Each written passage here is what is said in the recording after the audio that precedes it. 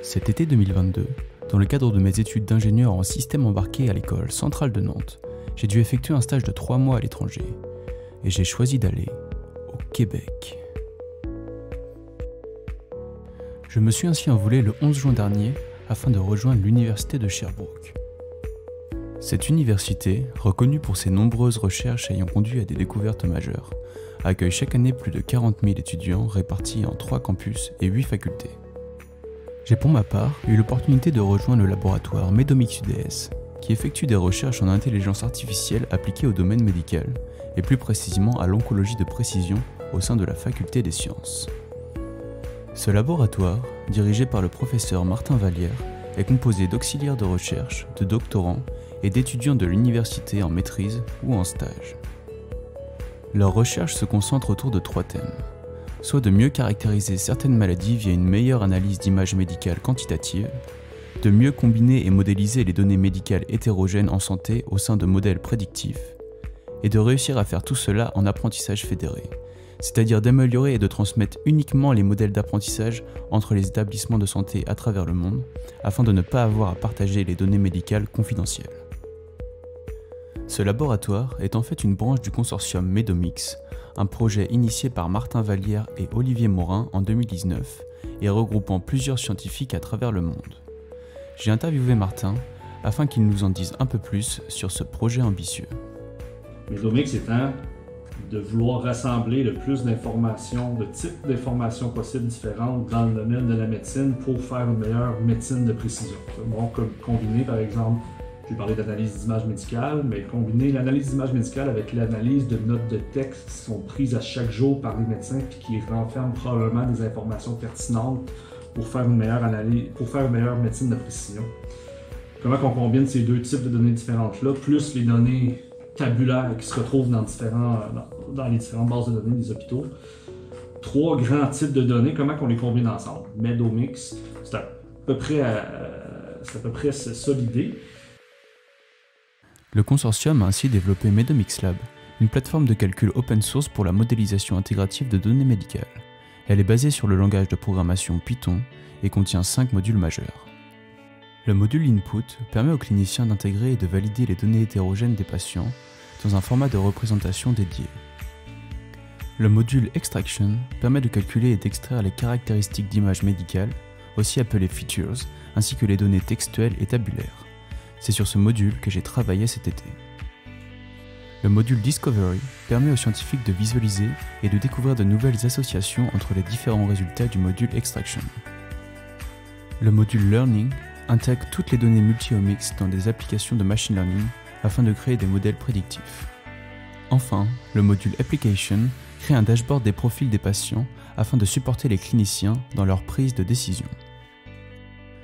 Lors de mon arrivée, j'ai travaillé pendant 3 semaines avec Madi, un étudiant en maîtrise au sein du laboratoire, ainsi qu'avec Clarisse, une autre stagiaire française. Madi a travaillé sur MedImage, la classe du module Extraction permettant de calculer et d'extraire les features, qui sont ensuite utilisées pour entraîner des réseaux de neurones graphiques du module Learning. Le projet Medomix se voulant open source, nous voulions pouvoir publier la classe sous la forme d'un package. Il fallait donc la mettre en forme en respectant les bonnes pratiques usuelles et générer une documentation détaillée expliquant comment l'utiliser. Plusieurs versions du package sont disponibles sur GitHub et la version finale doit être publiée en décembre 2022.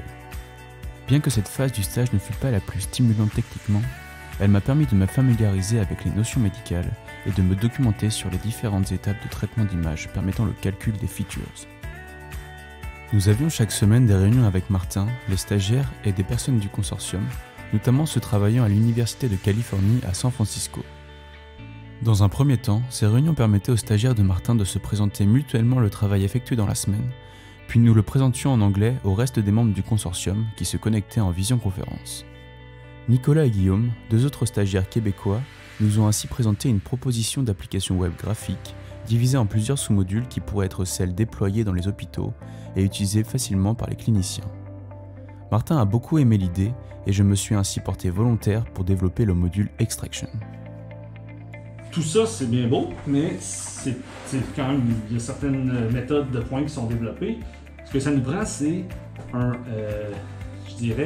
outil un outil pour démocratiser tout ça. Tu sais, on parle parfois de démocratiser l'intelligence artificielle.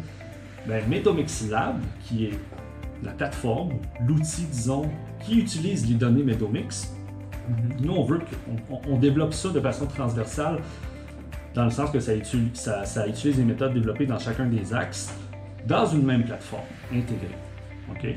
Et toi, tu as contribué cet été de façon remarquable à améliorer cette plateforme-là pour que, vers un premier release en libre accès, donc il faut que cette plateforme-là soit premièrement facile d'utilisation pour les cliniciens eux-mêmes. Il faut se rendre au fait que les cliniciens, c'est eux qui connaissent plus précisément les problèmes à résoudre dans le domaine de la santé. Il faut qu'ils soient capables d'utiliser tous ces outils-là qu'on développe. Ça, c'est la première philosophie. La deuxième philosophie, c'est que les équipes de recherche comme ici puissent aussi ajouter des nouveaux outils à l'intérieur de cette plateforme-là au fur et à mesure qu'il y a des nouveaux outils qui sont développés. Alors, comment concilier tout ça? Ça prend quelque chose qui est extrêmement modulaire, de travailler là-dessus, qui est facile d'utilisation, de travailler là-dessus aussi. Donc, que l'expérience utilisateur et développeur soit respectée dans les deux cas. Puis de contribuer à faire ça cet été. Ma mission était donc de réussir à développer une application graphique simple d'utilisation et respectant les contraintes de modularité imposées par l'IBSI, qui est la collaboration internationale qui a standardisé l'extraction de biomarqueurs via le traitement d'images médicales. Ayant une formation en système embarqué, j'avais peu d'expérience en programmation web. Le premier challenge fut donc la prise en main des outils et des langages de programmation liés à ce domaine. J'ai ainsi passé 2 semaines à acquérir les bonnes pratiques en HTML, CSS, JavaScript et Bootstrap. J'ai aussi appris le fonctionnement d'une API, notamment avec Flask, qui était le framework choisi par l'équipe. Le deuxième challenge fut la prise en main de la librairie graphique open source Drawflow, permettant d'établir graphiquement des connexions entre des nœuds et de créer des pipelines. Je vais maintenant vous présenter l'application en diffusant en arrière-plan la live démo que j'ai présentée au consortium à la fin de mon stage, après 8 semaines de travail. Martin m'a laissé beaucoup de liberté pour la conception du module Extraction. J'ai ainsi passé les premières semaines à concevoir son architecture afin qu'il respecte le cahier des charges et les contraintes imposées. Je présentais une version du front-end en réunion chaque semaine et l'équipe donnait son avis jusqu'à la version finale. J'ai ensuite travaillé sur l'aspect dynamique et la fluidité de l'application avec JavaScript et la librairie Drawflow. J'ai finalement travaillé sur la partie back-end de l'application qui exécute du code Python et JavaScript lorsque l'on appuie sur l'un des boutons. Comme vous pouvez le voir, l'utilisateur a accès à une liste d'items qu'il va pouvoir glisser-déposer sur la grille. Il peut ensuite établir le nombre de connexions qu'il souhaite, afin de créer des pipelines différents. La modularité entraîne un nombre conséquent de connexions possibles, alors que certaines d'entre elles ne sont pas pertinentes. J'ai donc limité leur accès et ajouté des tooltips informant l'utilisateur des connexions autorisées. Les items Processing et Features Extraction sont en fait des accès vers des sous-modules. Cela permet d'encapsuler certains items et d'éviter d'avoir une grille surchargée. Les paramètres de chaque nœud peuvent être modifiés indépendamment et un lien vers la documentation explique leur rôle. L'une des contraintes de départ était que l'utilisateur puisse avoir un visuel de l'image médicale à chaque étape du traitement et notamment après l'application des 5 filtres permettant de mettre en avant certains tissus. Pour cela, j'ai intégré un bouton View permettant d'afficher en 3D les matrices de voxels afin de générer une animation de l'image 3D sur lequel il est possible d'interagir. Lorsque tous les nœuds d'un pipeline sont connectés, l'utilisateur peut appuyer sur le bouton Run All. Le programme va alors trouver tous les chemins possibles récursivement et générer une matrice d'ID à 2 dimensions correspondant aux pipelines. Le challenge était ici de réussir à récupérer seulement la dernière matrice calculée qui devait servir pour faire le nouveau traitement. Lorsque tous les calculs sont terminés, l'utilisateur peut visualiser les résultats du dernier run via le bouton Results. Ils apparaissent alors en arborescence avec pour premier niveau le patient, puis ses pipelines associés et enfin les familles de features calculées. J'ai aussi rajouté un onglet Settings afin de savoir avec quels paramètres les données ont été calculées. De même, certaines familles de features peuvent prendre plusieurs dizaines de minutes à être calculées sur les postes du laboratoire qui possèdent pourtant les dernières cartes graphiques du marché. J'ai donc ajouté un bouton Run sur chaque nœud afin de pouvoir calculer seulement la partie du pipeline souhaitée sans avoir à tout recalculer. Il est possible d'exporter les résultats au format JSON, un format léger d'échange de données. Grâce à cette architecture, il est facile à partir d'un pipeline existant d'ajouter rapidement un nouveau patient et de calculer ses radiomix. De même, le bouton Import permet d'importer une scène créée par un autre clinicien afin de gagner du temps. Je souhaitais encore ajouter des fonctionnalités afin d'améliorer l'expérience utilisateur et la robustesse de l'application. J'ai donc présenté mon travail et mes suggestions d'amélioration à Mohamed, l'auxiliaire de recherche qui va continuer mes travaux dans les prochains mois. Pour conclure, ce stage fut vraiment une réussite sur tous les plans. Techniquement, j'ai acquis de solides compétences en programmation web, j'ai découvert comment fonctionnait le monde passionnant de la recherche appliquée au secteur médical et j'ai amélioré mon anglais. Humainement, j'ai eu la chance de travailler avec des personnes compétentes, inspirantes et passionnées par leur travail, avec qui j'ai pu échanger sur une multitude de sujets.